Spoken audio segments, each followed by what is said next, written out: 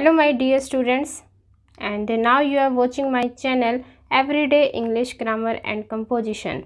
So let's start with our next comprehension of class 8th, that is, are humans still evolving? Means क्या अभी तक जो humans हैं वो विकसित हो रहे हैं, क्या वो अभी तक उभर रहे हैं, क्या वो अपने आप को अभी तक डेवलप कर रहे हैं या हो चुके हैं, और किस टाइम कितनी ज़्यादा इंक्रीमेंट से या फिर कितनी ज़्यादा स्पीड से इन्होंने डेवलपमेंट की थी। इसी के ऊपर बेस है। और इससे पहले इस पूरे के पूरी कॉम्प्रिहेंशन की हिंदी हमारी हो चुकी है, जो कि मैंने लास्ट वीडियो में करवाई थी, और अब हम करेंगे इसकी एक्सरसाइज। चलिए करते हैं। और इससे पहले अगर आप न्यू हैं तो प्लीज़ इसको सब्सक्राइब करके ज़रूर जाना, क्योंकि आपके लिए बहुत ज़्यादा हेल्पफुल रहेगा ये चैनल।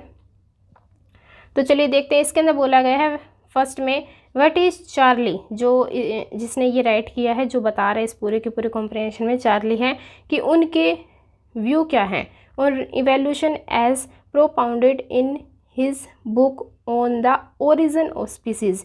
उनकी जो सी ये बुक है, ये बुक आई थी उनकी 2009 में, ठीक है। और उस बुक के अंदर इन्होंने क्या अपना दृष्टिकोण दिया है, क्या बताया है कि कैसे हो रही है डेवलपमेंट। तो इसका आंसर रहेगा ये रहा, On the Origin of Species is that evolution is extremely slow and incremental. बहुत ज़्यादा स्लो है, और इंक्रीमेंटल क्या होता है कि increasing in value by regular amount, ठीक है।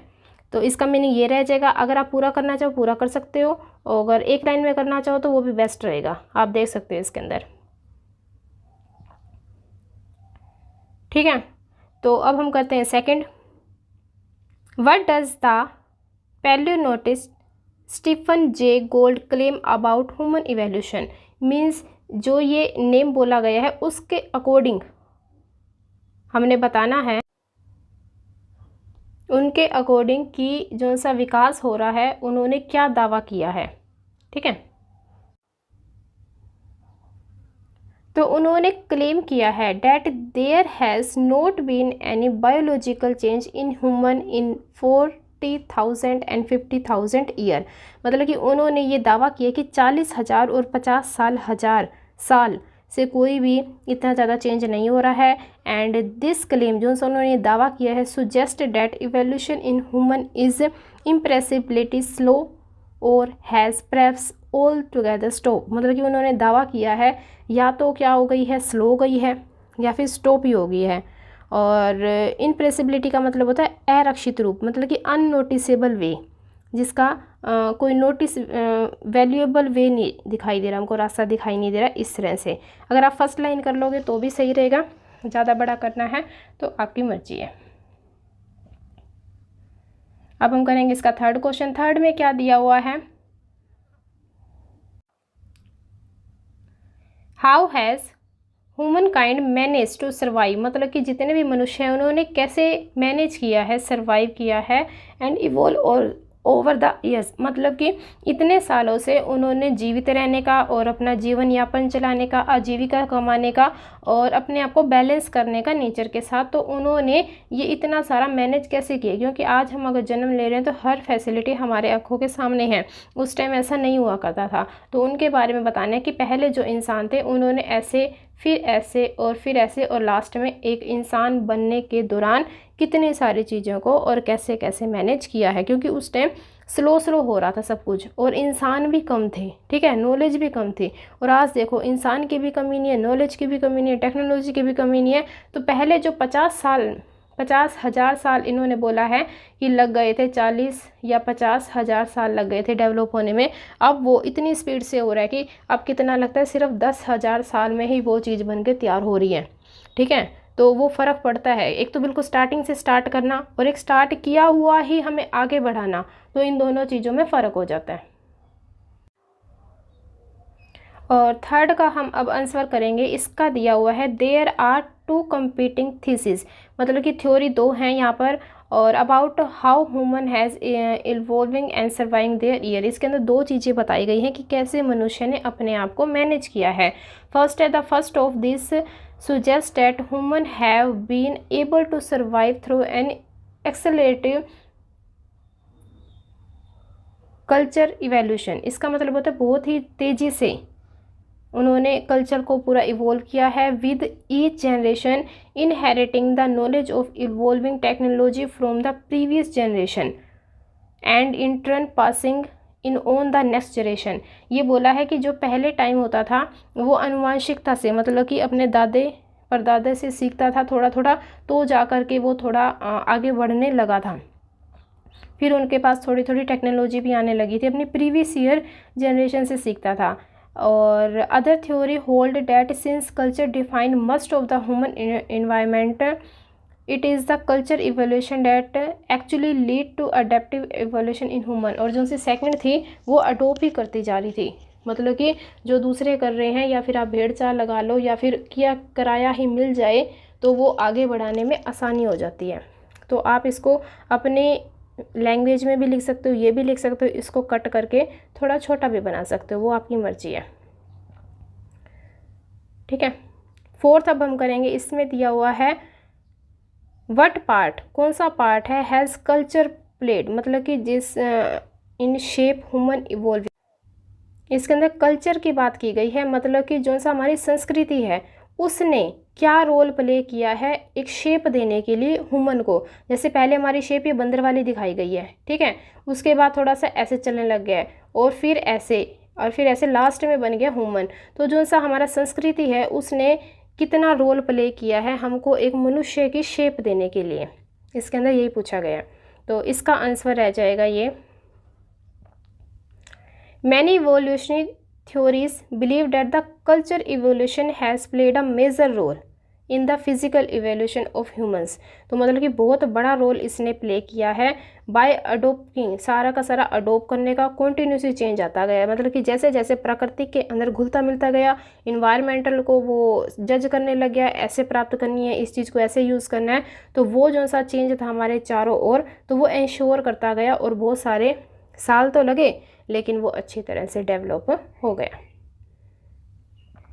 और फिफ्थ क्वेश्चन करेंगे,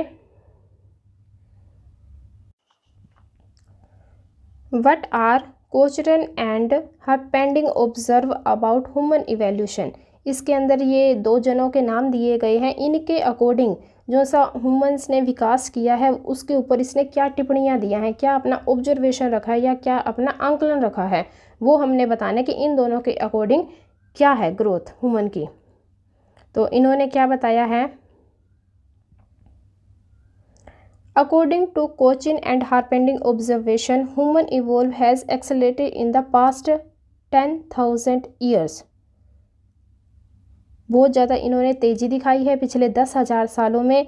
दे argue that far from slowing down evolution is now happening approximately 100 time faster. और इसने कहा है कि अब जो सा हैपनिंग जो घटित हो रहा है अब 100 टाइम हो गया इसकी speed. Long term average over the 6 million year of the expanse, मतलब कि पहले से लेकर और अब तक कंपेयर किया जाए तो अब ज़्यादा ग्रोथ हो रही है, और ज़्यादा स्टडी लगा लो या फिर वैज्ञानिक लगा लो या अंतरिक्ष में लगा लो, एस्ट्रोनॉट लगा लो, मतलब कि जितने ज़्यादा इंसान हैं वो कुछ ना कुछ करते ही रहते हैं। पहले इंसान भी थोड़े थे तो थोड़ी बहुत ही रिसर्च हो पाती थी, अब इतने सारे माइंड हो गए, इतना सारा ज्ञान हो गया, टेक्नोलॉजी होगी, तो कोई कुछ इन्वेंट कर देते, कोई कुछ कर देते, कोई कुछ कर देते, मतलब लोग भी तो कितने सारे हैं, खाली थोड़े ना बैठे हैं, वो कुछ ना कुछ करते जा रहे हैं, तो विकसित होता जा रहा है।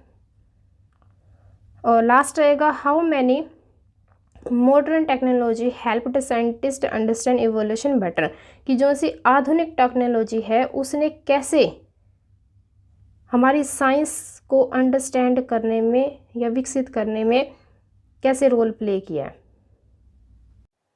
या फिर हम कह सकते हैं कि जो से हमारे वैज्ञानिक है, वैज्ञानिकों को कितनी अच्छी तरह से समझ आया है या किस ढंग से जो सा टेक्नोलॉजी है उसने हमें समझाया है, कैसे इन्होंने एक दूसरे के अंदर तालमेल बिठा लिया है। तो इसका तो आंसर बहुत ज़्यादा बड़ा हो गया। 6 का modern technology has allowed us to observe change in human at a molecular level। जो आप साइंस में एटम वगैरह पढ़ते हो तो बहुत ही छोटा माना जाता है एटॉमिक, तो ये मोलिकुलर लेवल पे ही इन्होंने चेंजेस देखे हैं, ऑब्जर्व किया है।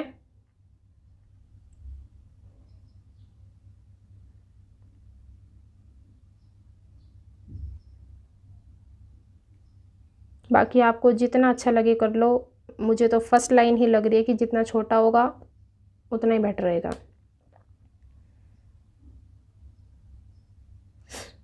या फिर ये कर लेना, in recent decade it has become possible to sequence human genomes। In fact, with the evolution of technology, the process of genome sequencing has become faster and cheaper, provide scientists with instead into our recent revolution past।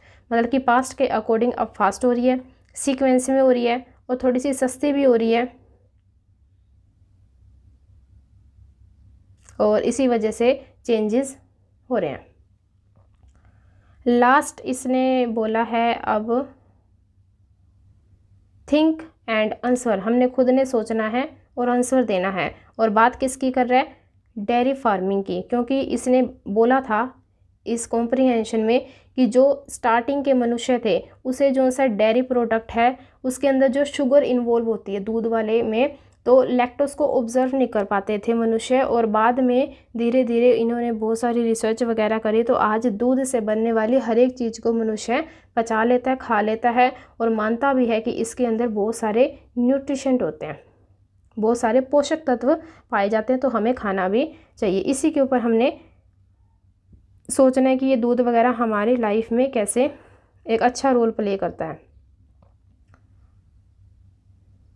Around 11,000 years ago human were unable to digest lactose the sugar in milk। तो इसने बताया कि 11,000 साल पहले मनुष्य के अंदर इतनी कैपेसिटी नहीं थी कि वो दूध के अंदर जो शर्करा है, स्टार्च है, उसको पचा सके। और फिर उसे डेयरी फार्मिंग का पता लगा और उसने एडजस्ट किया टाइम के अकॉर्डिंग और एबिलिटी दिखाई कि कैसे वो पचा गया, और एग्जाम्पल भी दिया हुआ है। Because the condition is the environmental change and body learn to adapt to these change in survival। मतलब कि बॉडी को भी थोड़ी थोड़ी उन्होंने आदत डाली और कैसे लर्न करवाया, कैसे अडोप्ट किया इसने इस कल्चर को कि ये हमारे लिए फ़ायदेमंद चीज़ है। तो इसी के साथ ही ये हमारा था सी और डी पार्ट। अगर आप स्क्रीनशॉट लेना चाहते हो तो ले सकते हो, लेकिन इसको सब्सक्राइब करके ज़रूर जाना और अपने फ्रेंड सर्कल में भी इसको शेयर ज़रूर करना। और अगर आपको हिंदी देखनी है इस कॉम्प्रिहेंशन की तो आप ये देख सकते हो। ठीक है, so thank you, be connected with me.